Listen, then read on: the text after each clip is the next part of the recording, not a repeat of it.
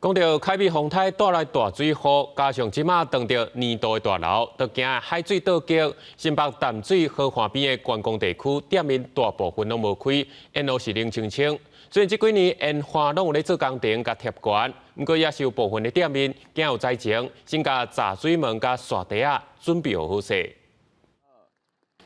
伫咧新北市淡水遮大部分的店头，会说讲是拢无开。伫咧遮地势较低的所在，阁有店头甲沙包贴无好势，就是预防要做大水。本正人客人的观光景点淡水河畔，因为风台开美冷清清，只有几个散步的民众，阁有店家准备的消防局救助器材车。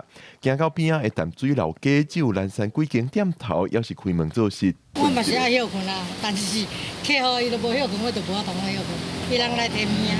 进货，进货要等他来嘛，然后就多少打一点卖，边卖边打。 因为大雨，街仔路已经开始积水，店头加讲，要是会看风雨状况，可能下晡就关门。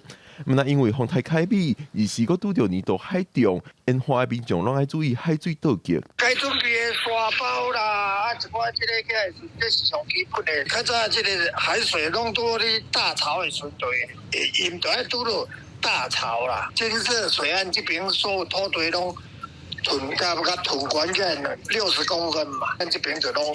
因袂起来啦。看淡水河畔海水已经涨到真悬，虽然当地里长讲，这几年因为有做工程，甲地势贴管较袂淹水，里面要是有做好沙包、闸水门等等胶全的准备，就惊风台大风大雨，落出灾情。